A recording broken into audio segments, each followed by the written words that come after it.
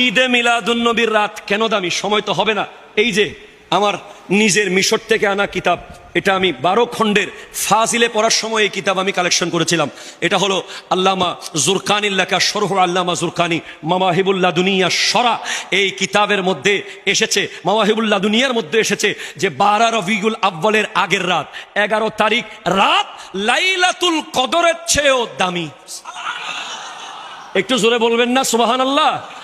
লাইলাতুল কদরের চেয়েও দামি। এখানে প্রশ্ন আসতে পারে, হুজুর লাইলাতুল কদরের চেয়েও দামি? লাইলাতুল কদর তো কোরআন দ্বারা প্রমাণিত, এটা ঈদে মিলাদুন্নবীর রাত লাইলাতুল কদরের চেয়েও দামি কেন হলো?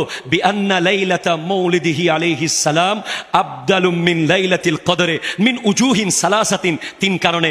1, ইন্না লাইলাতাল মাউলিদে লাইলাতু যুহুরিহি সাল্লাল্লাহু আলাইহি ওয়াসাল্লাম ওয়া লাইলাতাল কদরে মুতাতুন লাহু।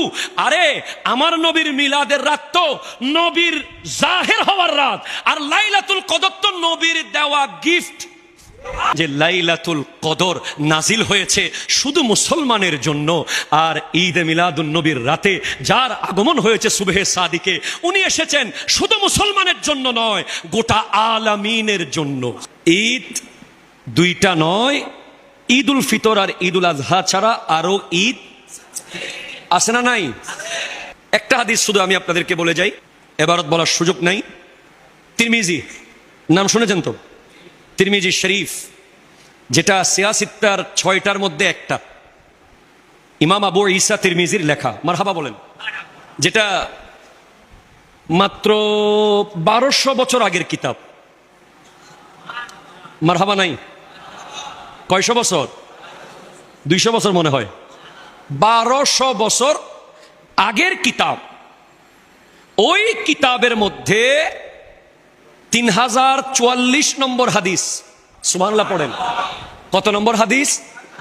3044 নম্বর হাদিস, যেখানে হযরতে আব্দুল্লাহ ইবনে আব্বাস রাদিয়াল্লাহু তাআলা আনহুমা উনি কোরআনুল কারীমের সূরা মাইদার একটা আয়াত তিলাওয়াত করছিলেন।